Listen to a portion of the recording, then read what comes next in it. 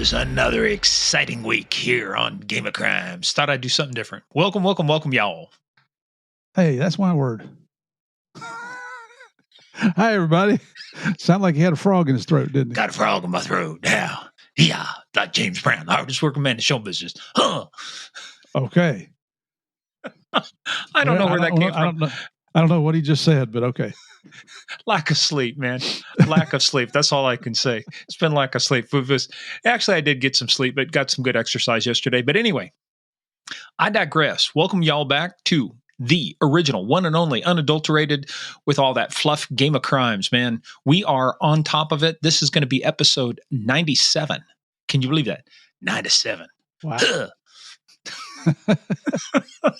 We got to figure out who we're going to put in the slot 100. Yeah, we're going to have to figure that out. But anyway, in the meantime, guys, hey, welcome back again. Another exciting episode coming up your way. But before we get to that, head on over to Apple, Spotify, hit those 5 stars. It helps us out a lot. We really do appreciate it. Also, head on over to our website, gameofcrimespodcast.com. That's where you're going to find a book from the guests that we have coming up here. We'll tell you about shortly. You know, our mailing list is there, merch list. Follow us on that thing they call social media at Game of Crimes on Twitter, Game of Crimes Podcast on Facebook, and the Instagram. But where you got to be on patreon.com/Game of Crimes. Huh? I don't know.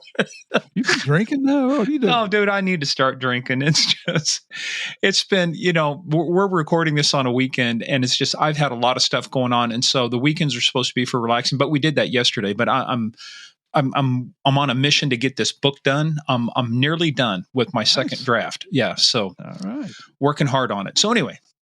But if you want to find out about that, go to patreon.com/Game of Crimes.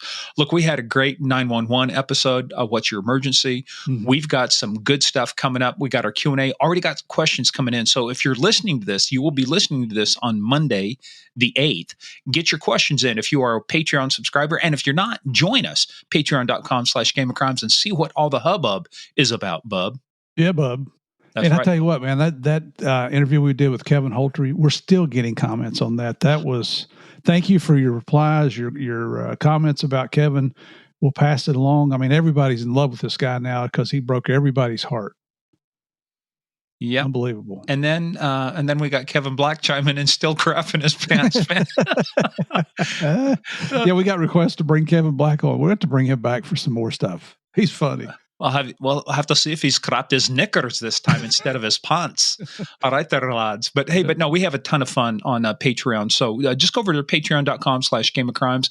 We've got that coming up. We've got we just did Case of the Month, which a lot of people are liking. You know, the things we're doing with that. We've got Warden of the Throne. We've got we did our review of Rambo. It was good. First Blood. That was a good one.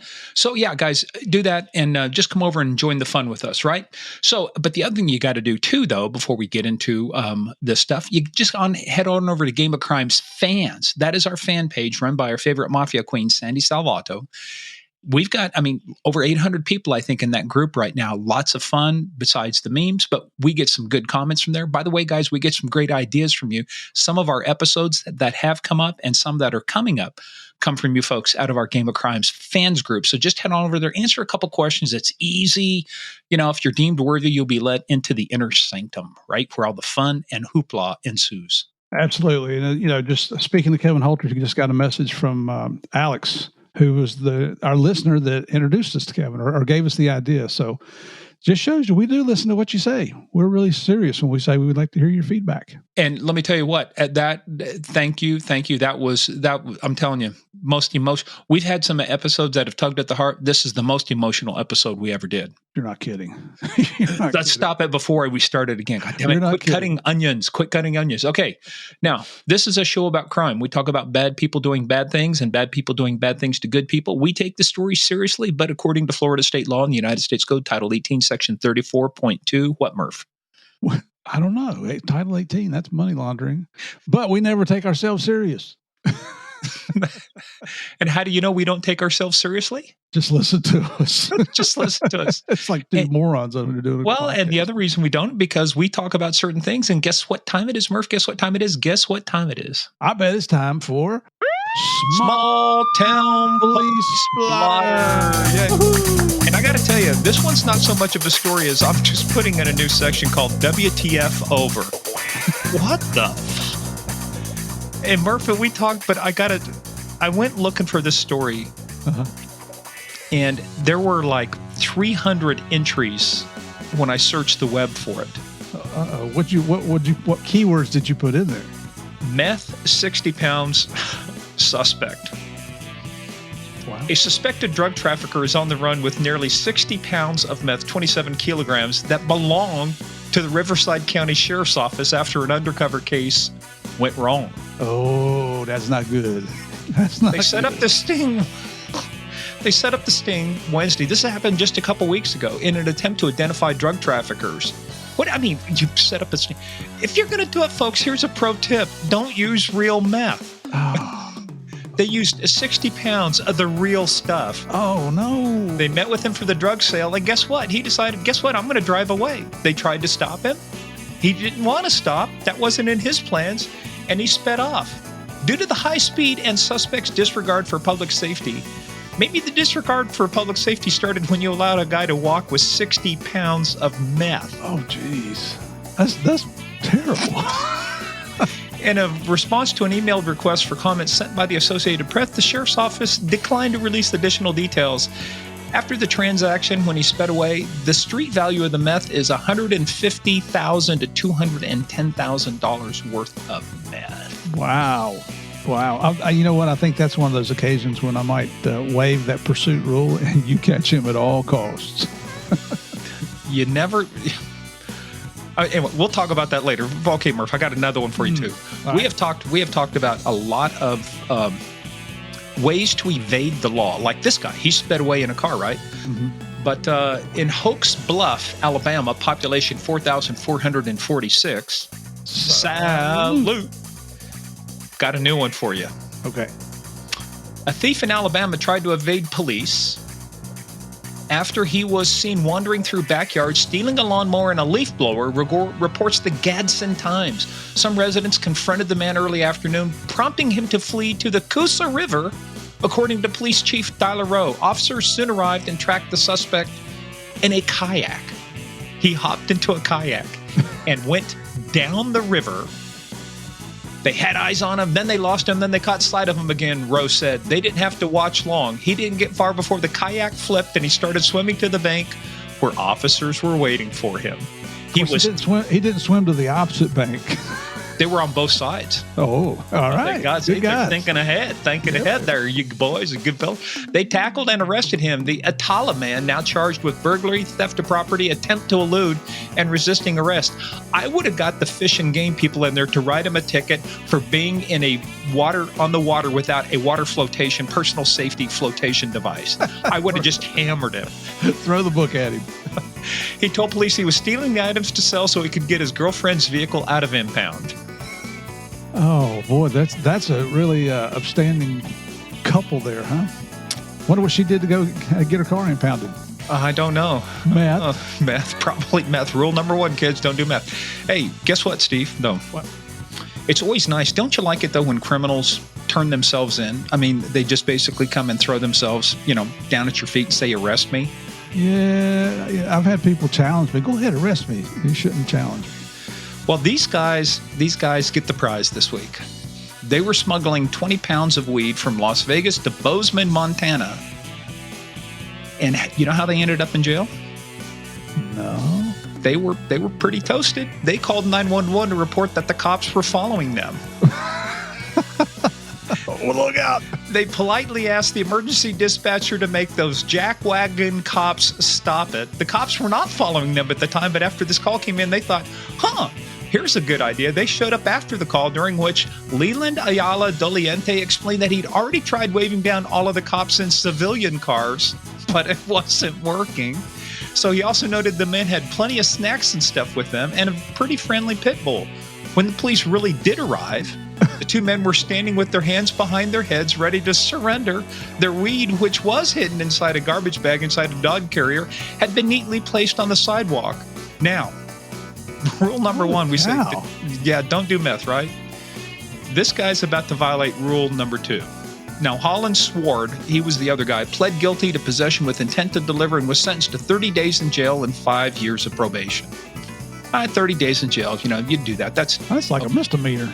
That's a misdemeanor. Now, Ayala Doliente, he was sentenced to 1.5 to 8 years in prison. Do you know why, Murph? Felony stupidity? You guessed it, buddy. He showed up to the sentencing positive for marijuana, cocaine, and oxycodone on the day the judge was handing down his sentence. He wanted to have plenty of sentence in his system. Oh, my God. He knew he was going away. He knew he was going away. Well, by the way, and we'll just finish out with one of the weirdest traffic laws in Montana, since we were talking about Montana, Steve. What's that? You cannot drive a herd of livestock numbering more than 10 down an interstate highway unless the herd is preceded and followed by flagmen. And never would I want to either, so I'm safe from that law. And thus, endeth the reading for today. I'll tell you what. Criminals never see. You know what? Criminals and drivers in Orlando never cease to amaze me. Dude, I was just down in Miami, and let me tell you, it's like a roller derby or something out there. The demolition derby. Joe Piersante would drive better than those folks I met in Miami. You should see them here. Oh my gosh! We were talking about this today. We're coming home from church. Never do we go out that we don't see something that just makes you go, WTF. WTF over. All right. Speaking of WTF, so WTF, we had our little, start at the beginning of that, but I'm trying to figure out a neat segue into WTF. So what a time we had with our next friend, WTF. See, there you go. Anyway, but speaking of our next friend, Andre Kellum, I'll let you set this one up, Murph. I tell you what, like you say, cool, laid back guy, but he has a tie-in to our episode with Rob Zaharashevsky on the takedown of Viktor Bout. Andre was a retired DEA agent. I had the privilege of meeting him somewhere along in our careers, and we were in special operations together. But Andre did a lot of things in DEA that I was never aware of until I read his book, which we'll have on our website for you guys, Truth and Terror, A Drug Enforcement Story. And it's a work of fiction, but it's based loosely on Andre's on his own experiences in DEA. Man, I mean, everything from going back to the post he was hired from, which was Chicago, which is almost never heard of in DEA, to at the end becoming a senior executive service employee with DEA, which is the highest levels you can get without a presidential appointment, and creating the Africa division. So it was, DEA has the world divided up in divisions, and you have regional directors. They didn't have one for Africa. So Andre went over and showed them how to do it, and that's what he ended up as. Guess what? You kind of hit upon the title of it. He gets it done, man. Exactly. Andre got it done at DEA. He did. And then there at the end of his career, he even got a presidential rank award. That's a big deal, folks. Well, and he served in Thailand, South Africa, Jamaica, man. Yep. Chicago is probably the most dangerous place he served. Yeah. I don't know. This place is in Africa. Holy cow. Yeah. Lagos, Nigeria. He was in Nigeria. He took his family. His family went everywhere with him. Yeah. I mean, and that's the cool thing about DEA. You can travel the world on somebody else's dime. Some people choose to take advantage. I did one overseas post. I think Andre did, was it 5? 5 of them. 5 of them. Yeah. But, what's some cool stories? And this is a guy that if you don't sit down and talk to him like we have here on the post, you'll never know about his accomplishments. I mean, I'm just so proud of what he's done in his career.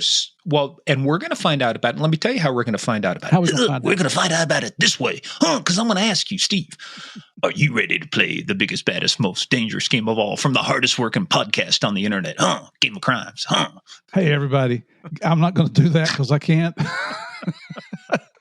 But get in, sit down, shut up, and hold on. Here we go with Andre Kellum's story.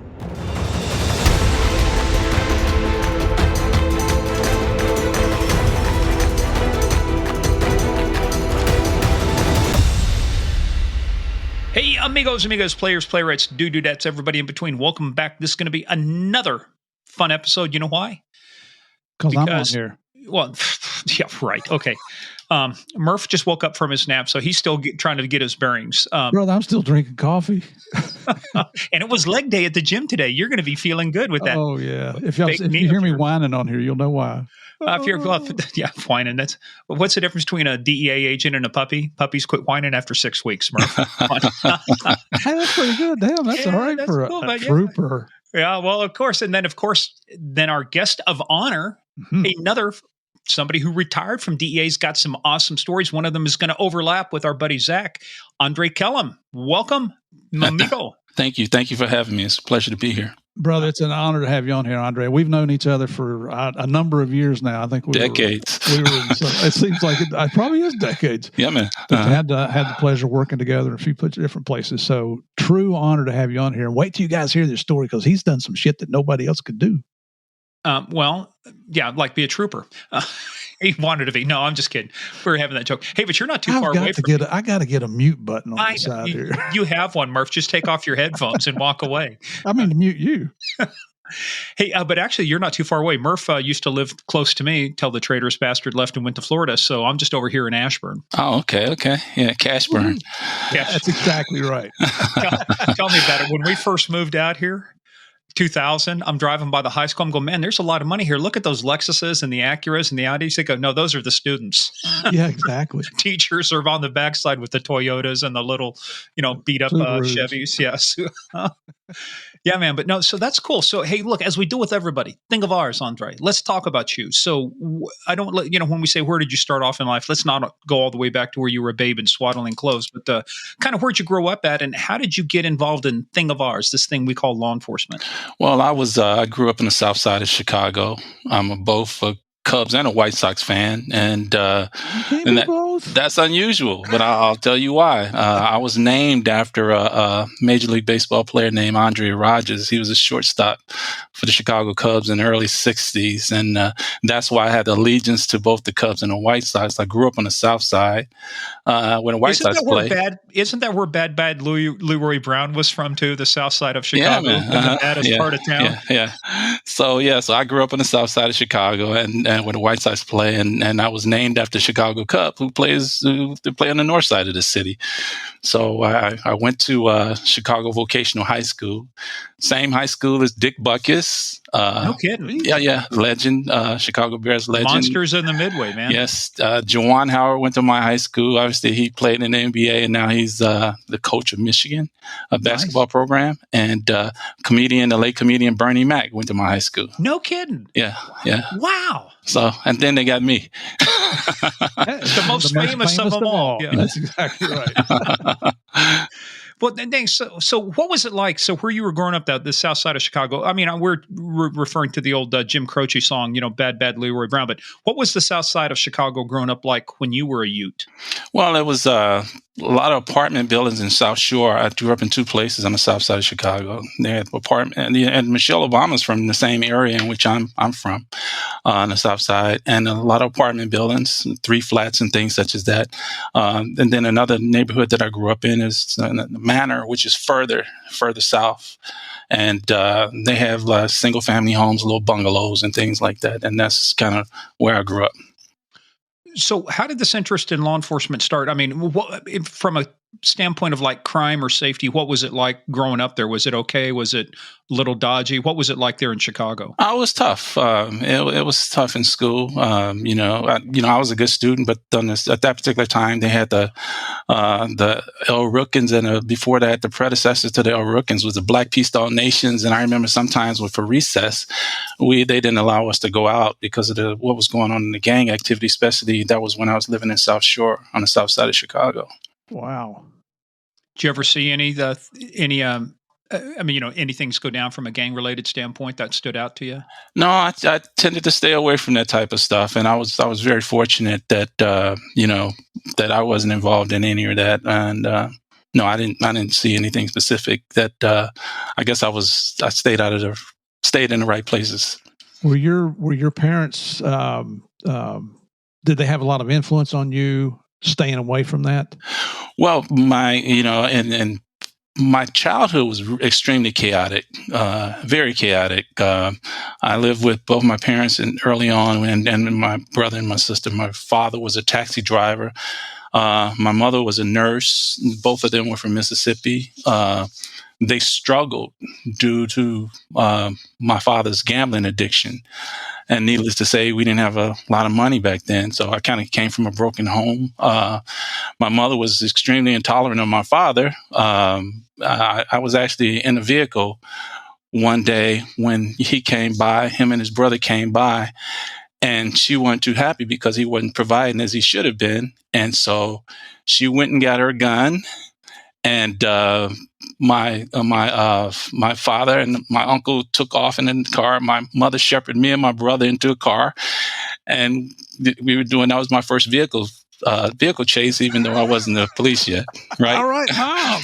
And so she stuck her left hand out the car window, and she fired a few shots at him. And I remember one of the ricochets being on the hood of the car. And so she wasn't a good shot. Well, she was driving. It's like shooting and riding a horse, right? I don't know. Who's a good shot shooting and riding a horse? Man. She just sent a little message to him. That's all. Right. So I was about 10 years old when that incident happened. So, and I remember because my father gambled, I remember that every Saturday morning, my mother would drop me and my brother off at an apartment building where my father was shooting craps or playing blackjack or poker in the basement. And she would want us to get some of the money before he lost all his earnings. And my brother and me would stand there for hours as my father and his friends gambled. And as kids, we were exposed early on to some very salty language and on occasion some very violent confrontations. And through all that drama, I was a very good student in elementary school and then in high school. So with your father's gambling addiction, were there ever any collection activities that impacted your family? I mean, did he pay his debts, or was you guys put in any kind of danger because he was behind on payments? No, it was cash on delivery. So what he lost right there real time. So it wasn't that he was owing people. So I just witnessed a lot of drama. And then later on, my mother later returned to Mississippi after being threatened by another man that she had been married to after divorcing my father. And when she had left the city, I moved in with my father and stayed in Chicago. And my mother had a car, but my father didn't. He was a taxi driver. And I remember when I went to college, my father took me to college, to Eastern Illinois University, which is obviously a great university. That was a school where Tony Romo went, Jimmy Garoppolo went to Eastern Illinois, and Mike Shanahan, former coach of the Broncos, went to that school. And once again, moi went to that school. There you go. I'm detecting a thread here. Yeah, you're following greatness everywhere you go. Yes, and then maybe that's why I turned out the way I did. Nothing wrong with that, right? Man. So that was tough. My father took me to college in a taxi drive, a taxi cab, right? Now, here's a bigger question: did he charge you for the ride? You know what? Ironically, it's when we got to the campus, his first day at campus, and this kid looked at us and he said, "You took a cab from Chicago? That must have been really expensive." Yeah, right? I got that kind of cash. Right. So, I was actually very, very, to be honest with you, I was very embarrassed by that moment as I became an adult, and especially after my father passed, I came to appreciate him taking me there and getting me to that school for like a symbolic bridge through that front door at Eastern Illinois University. And that bridge for me represented my struggle through childhood, what I was dealing with my family, and the success that I had throughout my 34-year career at DEA. Wow. How did you end up picking EIU? Oh, wow. That's an interesting story. I had actually signed up because I didn't have any guidance in the process. So I signed up to go to a junior college, and I was an honor student at Chicago Vocational High School. And I was in the top 50, and we graduated like 600 people, and I was in the top 50. And the counselor normally just paid attention to the top 10 best students. And she finally got wind of my plight that I was going to a junior college. And I had a friend that his sister went to Eastern Illinois, and he was going to Eastern Illinois. So when my counselor got involved, I said, "Oh, well, you don't want me to go to junior college. I think I'll try Eastern Illinois." And it was as simple as that. And then I got enrolled in Eastern Illinois at the last minute. When you were going through high school and then going into college, what was your area of study? What did you plan on studying? What interested you? Well, ironically, I went to a vocational high school, and at vocational high school, my major was architecture. But later on, when I went to college, I developed interest in other areas. I had a family friend whose father was a diversion investigator for the DEA. And diversion investigators, they regulate and audit DEA registrants, so all the folks that are in that arena that are authorized to handle and distribute pharmaceuticals. And so while I was in college and I kind of did some research, I found out the DEA had special agents and that investigated narcotics crimes. And this was in the heyday of like Miami Vice. And I knew at that time. See, there we go again. See, every time we talk to somebody from DEA, there's Miami Vice is always a thing. Right. Don't tell me you wanted to have one of those white Boss or Armani suits and drive. You don't have much hair now, but you probably had hair back then where you're going to let it flow and be Crockett and Tubbs, brother. That's what we were. Yep. Everything but the Ferrari. You had a taxi, man. You didn't need a Ferrari. Exactly. So, so that was, and then I kind of strayed a little bit. My first couple of years in college, I was like partying like crazy. And so at a certain point, I had an epiphany, things that I had been an A student prior to going to college. And all of a sudden I become a C student. So I joined the Marine Corps. I joined the Marine Corps Reserves. And I immediately went from that C student to A student, and so, and it brought some normalcy to my life. They got you focused, didn't they? Yes, brought the focus. Absolutely, it brought the focus, and it's that discipline. It was great. It was something that I needed. My son-in-law is a Marine formerly on active duty. I was Army Reserve during my day, ROTC stuff. But this is me saluting you. Thank you for your service there, Marines. So, it's like picking DEA. Why did you pick the Marines? Why didn't you go something like Air Force? Where you would have ate nice, had great chow halls. You picked probably the toughest branch. Yeah, because I remember John Glenn was running for president at the time, around that time, and he had orbited the Earth, and he was a Marine Corps colonel. He was running for president, and I had admired him so, John Glenn, and that's literally why I picked the Marine Corps. Oh man, you were a lay down. You walked in there as I want to join the Corps. Normally they got to convince people to do it. You go, no, my hand up. I'm doing it. Right. They say, yeah, we got one coming. Like sign him up before he changes his mind. Where'd you go? Pendleton or I'm a Hollywood Marine, so I went to San Diego, and then I did my infantry training in Camp Pendleton. Yeah. I like that Hollywood Marine. Yeah, out there in California. So what did you think of that, though, going from south side of Chicago, watching your dad gamble, all of that other stuff? How was it a big paradigm shift for you from that going into something where it was like really structured like that, your entire day planned out for you? It was something that I wanted. It was something that I needed. It was something internally in me that needed normalcy, needed to be able to fulfill my dreams, the drama and the things that I had lived with and grew up with. I knew that was not normal, and I wanted to do everything I could to separate myself and to just have a normal life. That's the best way I could say it. Well, you said the reserves, so why didn't you go active duty? Or was it because you went into the reserves because you wanted to stay in college and finish I wanted to stay in college, and it gave me an opportunity to get a feel for it and see how hard the Marines was going to kick my ass, which they did.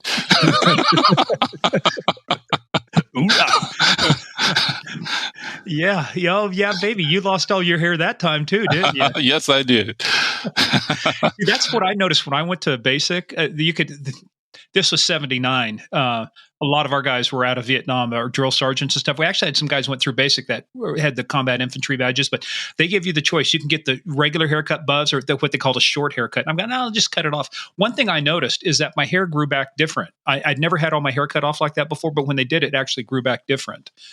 So I regret getting that. No, I was a jarhead, so it wasn't a whole lot of choices in a haircut. How do you want your haircut? No, well, off, I guess. You know? Right. Oh, cool. So, but you did that. So you must have done that during the summer, right? Like yes, I did that during the summer. Sophomore and junior year. Yeah. So your junior and senior year, obviously a lot different for you. So you'd already looked at DEA diversion investigators. So tell me your path now through college. What did you do? You're going through that. What'd you major in? I majored in criminal justice. When I did my research and I found out about the special agents positions, that's when I majored. I majored in criminal justice, and that was the path I chose. Now, when you were in college, was your mom still alive? Yes. Okay. Yeah, but she was living in at that point. She returned to Mississippi, where she grew up. So you get out of college. So what do you do right out of college? You're probably 21, 22 at that point, right? Yeah, I was after graduating. I was a security guard at the Exchange National Bank on South LaSalle Street, where Oprah Winfrey actually banked when she came on the scene in Chicago. Okay, I'm getting tired of this name dropping. I'm just saying. I can't help myself. I'm just saying. The king and I hate name droppers. No. I'd be standing on the floor, and she would come in with the same energy that you see for years. She's very friendly, speaking to everybody, and that's when I actually applied for DEA when I was a security guard, and that was in 1985. You put her down as a reference? No. I wish that could have been a different career path. Oh, yeah. But so that must have been neat. So you got to meet her, and then but you're doing it at the bank. So, but what age did you? What was the age? Was it 25? Did you have to be 25 to get on, or just 22 with the college degree? I got on DEA. I applied when I was like 20. I had to be like 22 when I applied, and I actually went to the academy when I was 24. I had another job in between. I became a probation officer in a new unit called Intensive Probation Supervision for Cook County Courts in Chicago. And that unit, I found myself in the Chicago housing projects at night to make sure that those probationers were home, since based on the agreement that they had signed, this was their last chance to do right before being sentenced to the Department of Corrections if they screwed up. And they asked me if when I applied for the job, they asked me, was I willing to do this? Was I willing to go into projects at night? And I didn't have any better sense. And so because it was a new unit, and a lot of regular probation officers would not do that, would not take that risk. And so immediately I wasn't just a regular probation officer. I got rank because, like we're gonna give you a little bump to help you with this, and so I was a probation officer. And after 1.5 years working as a probation officer, DEA came calling, and I reported to the Chicago office. Go ahead, Chief. When you were in that PO position, did you go to Cabrini Green? Oh yeah, I went to Henry Horner, Robert Taylor. I went to all of those places, and I was threatened by probationers' families and things such as that. And you were unarmed, right? No, I went and bought myself a nice 357. I had a huge gun. Was that authorized? It actually, you're a peace officer. It is authorized. So okay. I did what was necessary to make sure that I was carrying legitimately. I tell you what, man, I have a cousin that was Chicago PD, retired a long time ago as lieutenant, but this would have been in, let me think here, 97, I think it was, December 97, went up there for court from a case I'd worked undercover on, and the buying hundreds of pounds of weed, and the sources ended up being Mexicans in Chicago. So DEA up there eventually popped them. So I went up to testify, and my cousin was on the evening shift, and he was a sergeant at the time, and he'd swing by and pick me up at the hotel, and I'd just ride with him in the evenings. And big guy, former Marine, black belt karate. I mean, he was Billy Badass. He was a tough guy. And he, took me out to have dinner that evening with his other sergeants, and I think he felt the need to show me something. So he got his guys together. He says, all right, we're going to Cabrini Green. And I'm like, what's that? He said, oh, you don't know? I'm a country boy. You say good times, huh? Like the show Good Times. Like that's where it was supposed to be in Cabrini Green. So we come pulling up, and he says, listen, now, when we get there, when we stop, when you get out of the car, run inside. And I thought, well, okay, I'm going to surprise people, And so we came in at all angles, and we ran inside. And man, it was dark in there. I mean, all the lights had been broken out, or the bulbs had been stolen. And, basically all we do is harass people for a few minutes. And then he got everybody together when it, got everybody accounted for. And he's like, all right, now listen, Steve, when we go back to the car, run back to the car. And I'm like, Bobby, his name is Bobby Cooper. I said, Bobby, it's snowing. I'm not going to melt. If I get wet, I'll be okay. And he's like, it ain't about that, buddy. He said, because they're going to start throwing cans of food at us. And if it hits you, it's going to kill you. No, it's pretty rough going up in those places. I still remember it to these days, to this day. And you go in these places, and these places, there is a lot of poverty, and it's not well kept, obviously. There's a lot of cockroaches and things like that, and it's just like it's like freaking madness, man. And I'm glad they tore those things down. That's what I'm about to say. It's Cabrini Green's gone now. So yeah, all those projects are gone. They the gentrification, they built a lot of townhouses and homes in a lot of those places, so they got rid of those. And then unfortunately, those folks, that populace who lived in those places, they moved out the other areas, and ironically, and chaos started in other areas, because where were those people going to go? Anytime you have a population displaced, it creates chaos. Yeah, they're not going to change their mannerisms. And I tell you what, for a small town country boy from the South, that was a very eye opening. Wow.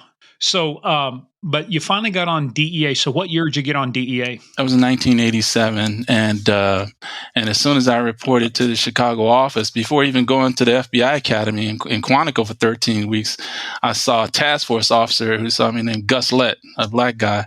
I was meeting him for the first time. Gus, guy rest his soul. He was just Chicago police sergeant and in task force group 7 at the time.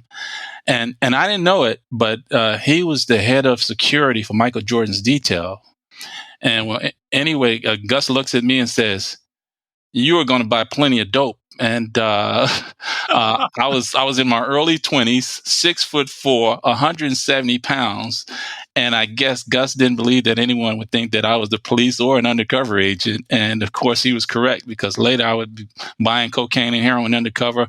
On the south side, I was buying cocaine from the brothers. And on the north side, I was buying heroin from the Nigerians. Jeez. Wow. So, but when you reported to the Chicago field office, you had not been to the academy yet. So technically you had no formal training in undercover work or anything. I mean, you had the probation, but that's a world, but that's a different world. So what do they do? Just say, go see what you can do. They just threw you out there and said, go buy some dope. As soon as I got out of the academy, my first week, I was undercover. I mean, I guess they thought what I learned was good enough, and not for nothing. Being around my late father. That's what I was going to say. You had a little bit of indoctrination into yes, the ways of the I had world. some real field training. Well, and that's the cool thing about DEA guys. They adapt to the situation and they make it work, man. Right. And I'm from Chicago, and so I was able to blend. I had a familiarity, and so it was good. What was your back class number? 52. So you're right ahead of me. I was at 53. Yeah.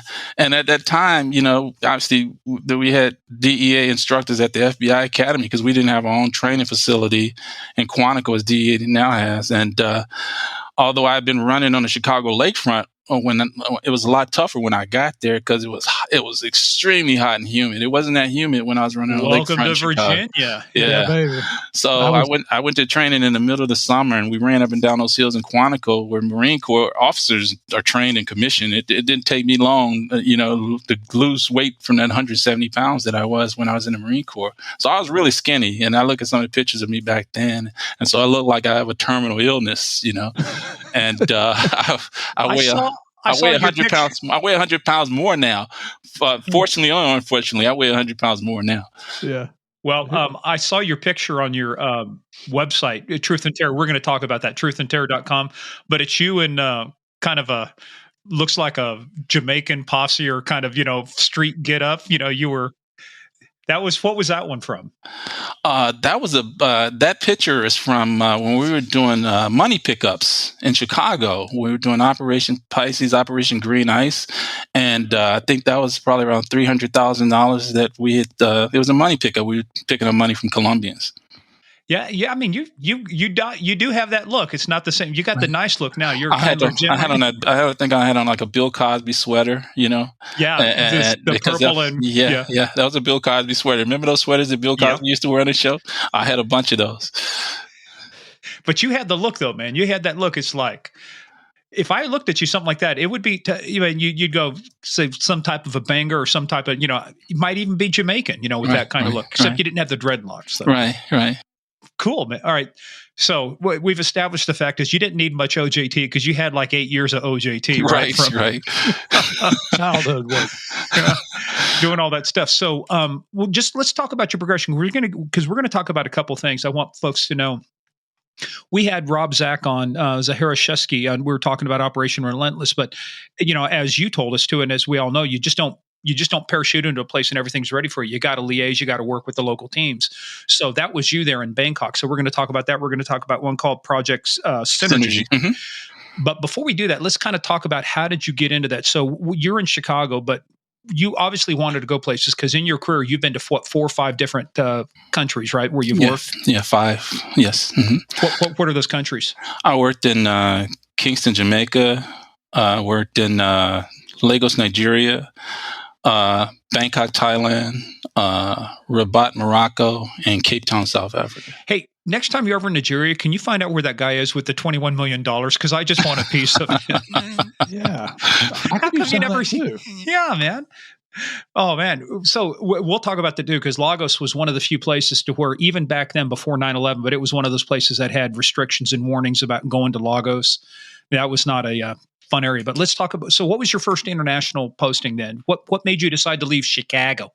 Well, actually, it was when I found out about all these opportunities, these global assignments. I mean, I was all in. I had applied to others before I had actually got selected for Kingston, Jamaica, but I did such a large investigation in Chicago that the special agent in charge is at the time, Ken Cloud, he rewarded me and gave me opportunity, and I was in his office, and Tom Cash was the SAC of Miami, and he was considered, because Miami was the heyday of all the cocaine coming into South Florida. Tom Cash was considered a super SAC, super special agent in charge, and I was in Ken Cloud's office when he called him, and he says, you got anybody you got in mind for that assignment in Kingston, Jamaica? And he must have told him no, because I remember Cloud saying, I got a superstar right here I want to send down there.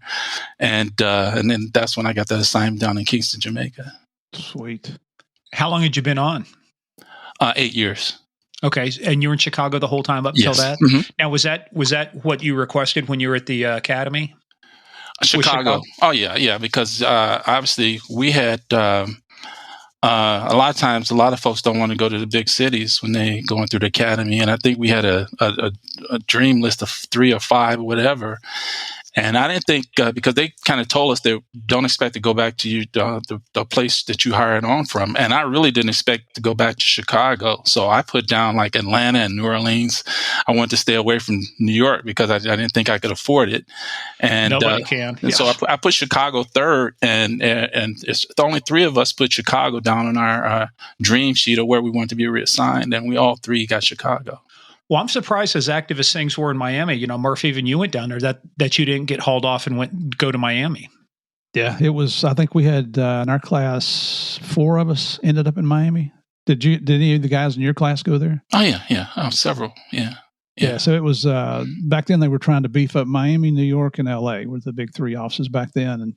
But the thing I want to point out is it sounds exciting that Andre got selected to go to Jamaica. But it's not the north coast of Jamaica where all the tourists go. Right. It's Kingston, yes. That is one. The land of wood and water. Oh, that's extremely dangerous. Kevin and I went undercover down there one time back when Steve Widener was the country attaché. Oh, yeah. And we ended up in Port Antonio, which is up on the northeast corner. But just going through Kingston, man, you had to have a gun in your hand driving through some of those neighborhoods. That's a tough place. Yeah, it was very exciting back then. It was very exciting. Yeah. See, that's it was very exciting. So, how often were you getting shot at since it was so exciting? When his mom came to town, he didn't listen to mom. She you know how to handle yourself, so you don't put yourself in a situation where people are going to shoot at you, or they are afraid to shoot at you. So where did you work out of then? They have a consulate down there, or you guys have an office? Yeah, the U.S. Embassy in Kingston. Okay. Yeah, and actually the embassy at that particular time was in a bank building. They didn't actually have a standalone facility. It was actually a bank building way back then. Oh. Yeah, and so we had like I think we had like 3 or 4 floors in that bank building. Yeah. Yeah. Wow. Nice. It's probably nicer than an embassy. Yeah. Any family with you at that point? Oh, my wife and kids. Yeah. You're bringing them to Kingston, Jamaica. Yes, I did. And not for nothing. And I took them to Lagos, Nigeria. Some people say, oh, shit. Yeah. You're going, look, if I can survive gambling and all that other stuff, my kids can survive Jamaica and Nigeria. Yeah. Right. Yeah, and before we started this recording, we were talking about family, and his kids are all successful. So they done good. Yeah. So they've been to, several international schools, and so they all college graduates. And so I'm really proud of all my children. Absolutely. Wow, man. Well, you toughen them up, man. It's like if you can survive, Nigeria and Thailand and all those places, you're going to do good. So if you can survive my dad, life's going to be easy. Yeah. Well, so let's talk about that. You go down there. Had you had any advance? Because that was before the internet was big. I mean, it was just starting to come out. So it's not like everything we got now. Google Street, you can go look at stuff. Google Earth. How big of a shot did you know what you were getting into before you went down there? Well, yeah. When you get hired, when you get selected to go to a foreign post, you go to a foreign orientation. So they try to give you classes, or with State Department, they give you training and different things like that. And so DEA has a program, and you're going through the State Department program, so you can make that adjustment. And how well did it work? It worked fine. I mean, it was fine. I was from the city anyway. It was Kingston was obviously quite crowded, but not obviously as crowded as like a place like Lagos. But it wasn't a huge adjustment. The biggest adjustment I had was driving on the opposite side of the road, and being a city guy. And for some reason, the office had stick shifts, manual transmission thing. Yeah, I never drove one in my life. And so that was the biggest struggle, trying not to drive off one of the mountains and kill myself with those vehicles. Down in Bahamas, they drive on the opposite side of the road, but they have left-hand drive cars driving on the left-hand side of the road. It's like, it's not supposed to work that way. Right. Yeah. So it's you got to turn your signal light on, your windshield wipers come on. It's like, oh, crap. Yeah. So that was a huge adjustment. Yeah. So, but how long did you spend in Jamaica? 3.5 years. Yeah, I mean, obviously Jamaican posse stuff. Worked a lot of fun stuff down there, right? Yeah, and it's a lot of corruption down there too. And it makes it very challenging to get things done. Huge challenges to get things done, But with me and one of my partners, we were able to establish like a program to identify informants. So we got a bunch of informants, and we identified the largest kingpins that were operating on the island. And subsequently, after we left, then DEA got special units down there, and they had a wire intercept program. So we kind of laid the foundation for things to move on, because there was a lot of challenges with the corruption that was taking place down there. How corrupt was the police force? Well, it just depends. I work specifically with a great guy that later became the commissioner of police, and his name was Carl Williams, and he was in charge of the narcotics division of the Jamaican Constabulary Force.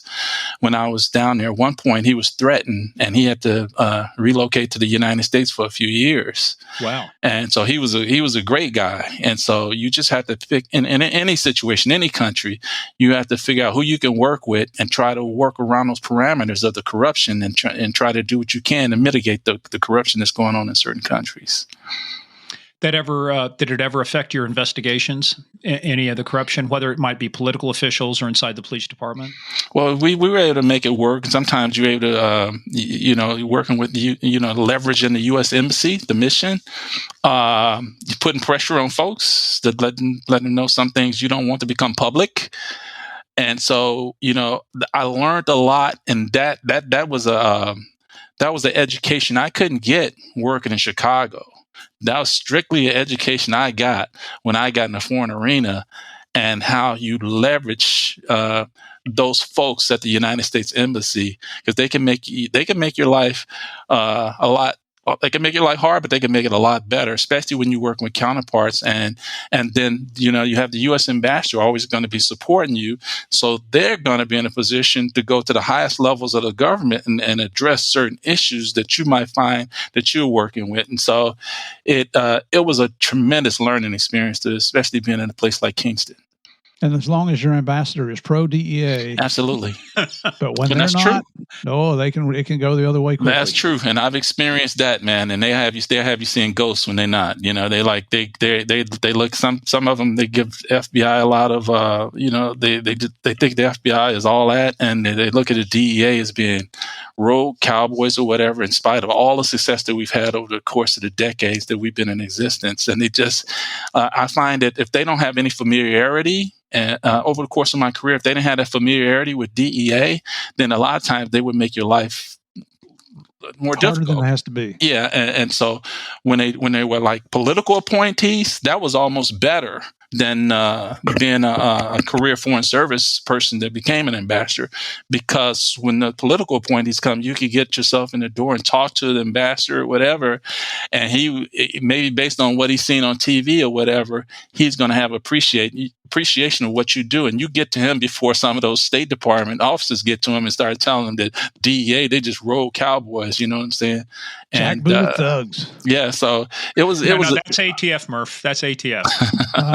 We got lumped in with them on that one. So it's a tremendous learning experience to be in to going overseas.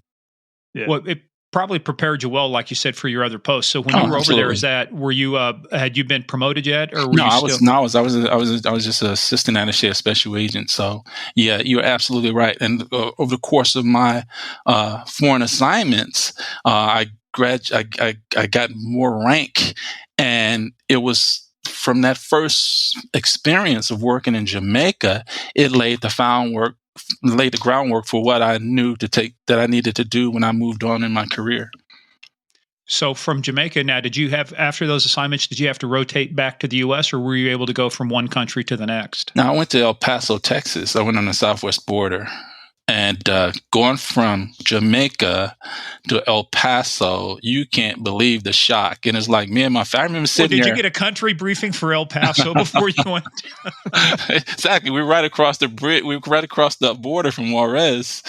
And the Rio Grande is there. And that Rio Grande is not like the John Wayne movie. This is like a freaking little sewer stream that's going through between Juarez and El Paso.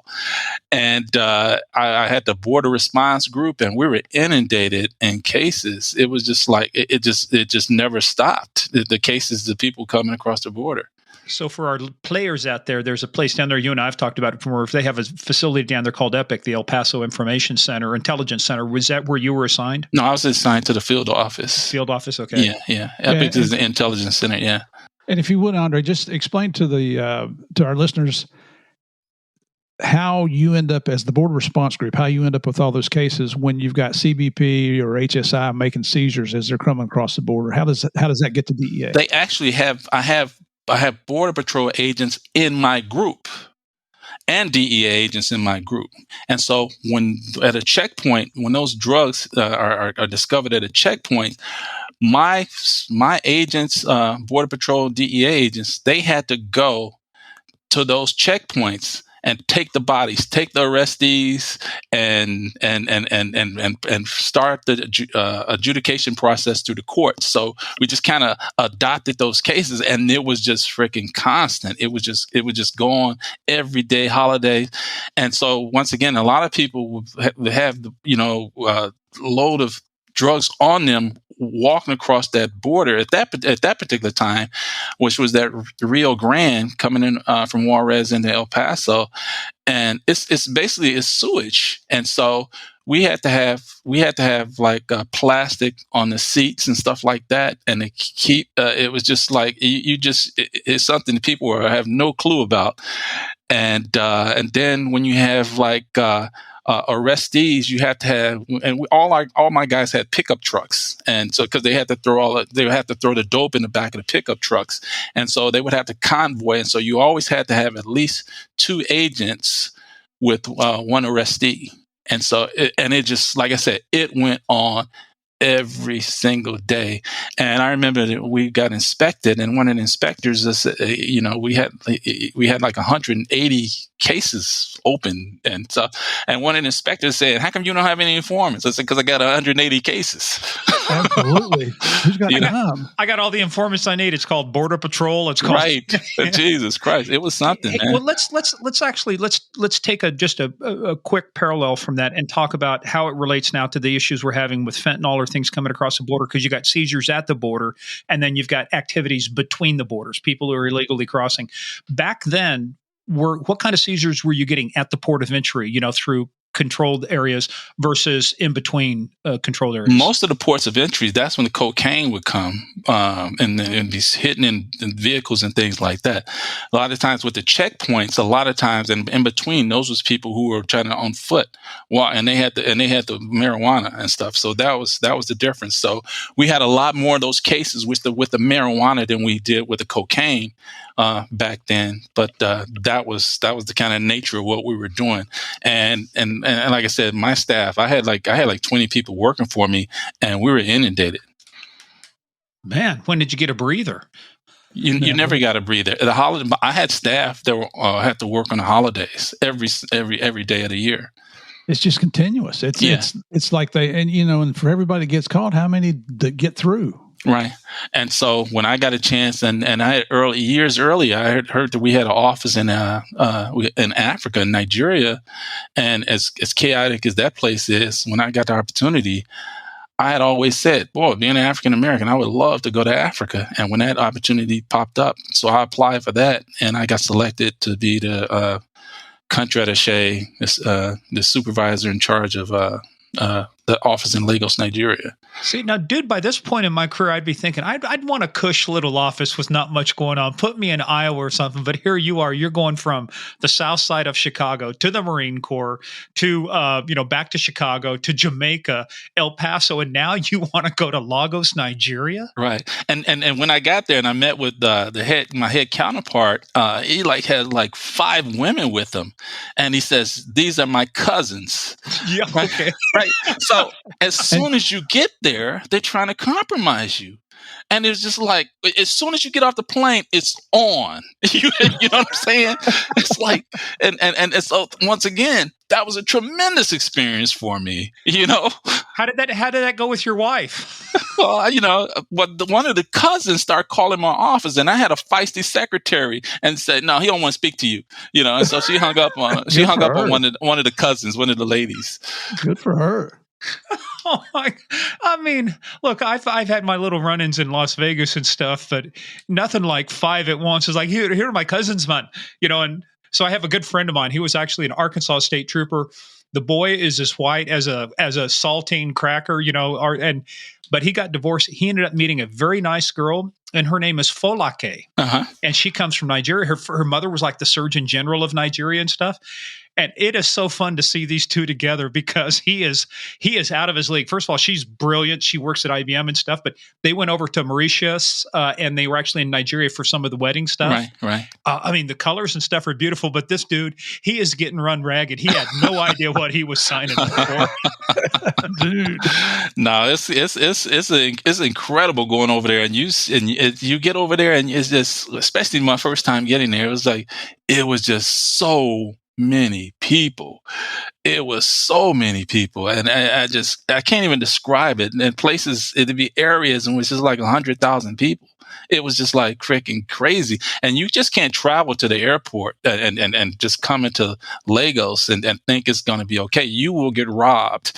It's you have to have expediters. You have to have a whole process to get from the airport. And back then we had what's called react teams, or reaction teams.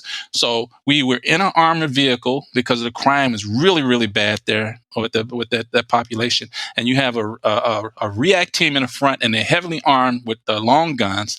And you have one behind you, and they're heavily armed.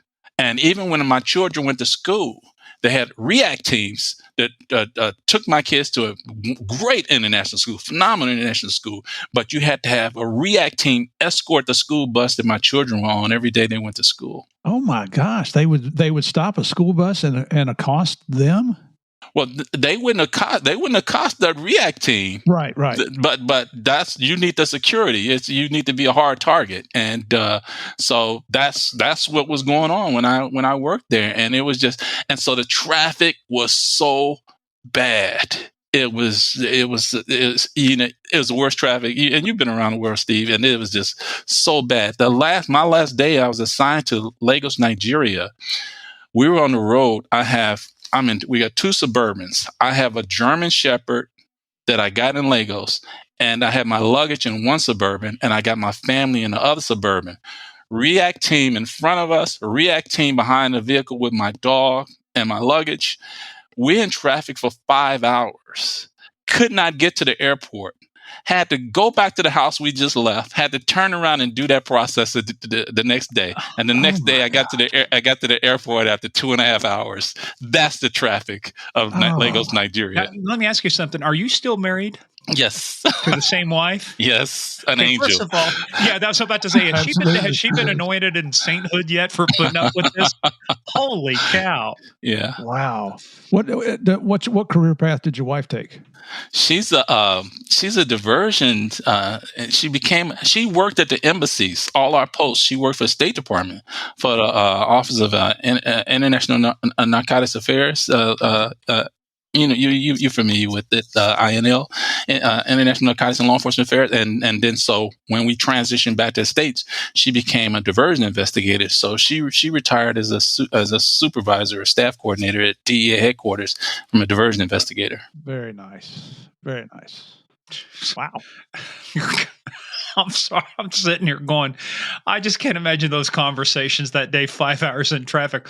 We're doing what? We're turning around? Hell no. We're going to go to the airport. We're going to spend all night there. I am not doing this again. Honey, don't make me call your mother over here. Right.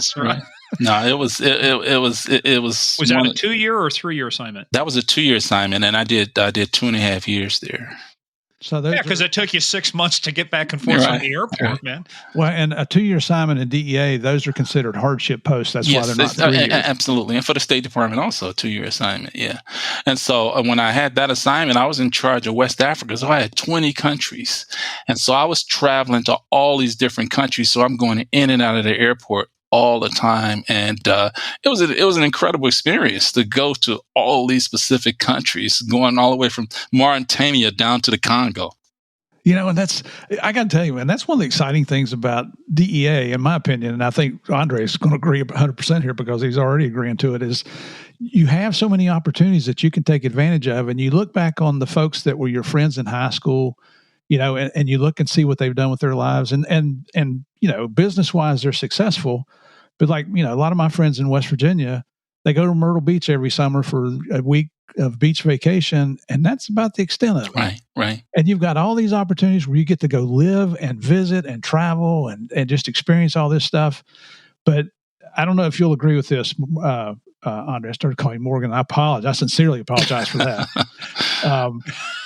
The one thing, as much as I love Colombia and as much experience as you have in the overseas environment, did it make you appreciate living in the United States? Oh, absolutely. I'm the same way, brother. At one point, I was so happy just to get a Mac, especially when I was in Nigeria and I came back to McDonald's. I was like, "Oh my God!" I wanted to buy myself a franchise because I know this is like real beef here. At least. Yeah. Well, we would come back from Columbia and we'd fly into Roanoke, Virginia, and that was an experience too. But my wife's parents would pick us up, and the first place we went was McDonald's. Yeah, and we ate Big Macs, and the next day we were sick. Yeah, exactly. God, yeah. No, I remember when I was going through the process of getting my clearances, the top secret stuff. I went back to my 40th class reunion. I date myself a little bit. Yes, I graduated over 40 years ago. Yeah, the old fight. And to your point, Steve, I'm talking to folks, and there's a lot of them just haven't moved out. And it's I know when I went through the clearance stuff, if you have a diplomatic passport, you don't have to declare countries on there. So I didn't declare certain countries, Pakistan, Turkey, stuff like that. But I'd been to over 50 different countries and not staying at a lot, but, travel through or being there for business and stuff. And it's to your point, it's you look back on that. I grew up as a youth. My dad was in the army. We lived in Iran for 3 years during the days of the Shah. You think back at those times, you think, man, it just colors your worldview. But to your point, Steve, when I was in Colombia coming back that second time, and we all got sick because I'd been staying away from the water, and I ate a salad that last night that had been washed in water. But I was so come back, and it's like your same thing. It's like, you got to take me somewhere. I got to have some food I can trust. Just I don't care what it is. Just and just for our listeners, listen, we're not saying there's anything wrong with growing up and living in the same place for your whole life. There's absolutely nothing wrong with that. No. But you know what? But I think kind of brings up point though. But there is so much to be learned. To your point, how much did your worldview change by working out of Jamaica and understanding how things work in the real world? It's not like, oh, hey, it's hunky dory. We're all living in our nice gated community. No, you're there where people are getting robbed, killed, on a regular basis. Mm-hmm. You have to have your head on a swivel the whole time. And it's not an easy job, but the stuff you learn down there is what prepares you for all the other stuff. Look, if it was easy, the FBI would be doing it, right, Mark? That's exactly right. Yeah, I had no idea. I had no idea about the ins and outs of the Department of State. It was just something that it was just like something abstract that I heard about on TV. But no, I have an appreciation for what they actually do now that I've worked hand in hand with those folks. Not that we're always in agreement with them, but they do have a tough job. Without a doubt, that diplomacy is important. Hey players, that is the end of part 1. Part 2 comes out, as always, on Tuesday. In the meantime, go check us out at Game of Crimes on Twitter, at Game of Crimes Podcast on Facebook and the Instagram. Also, go check out our website, gameofcrimespodcast.com. We've got a lot more information there, including our book list. Any book written by our guests will be listed there. In the meantime, go check us out also, patreon.com/Game of Crimes. It's where we put a lot more content you won't hear on our regular podcast. We go into a lot more topics, and folks, it is a lot of fun. So go check us out, patreon.com/Game of Crimes. In the meantime, everybody stay safe. We'll see you tomorrow for part 2.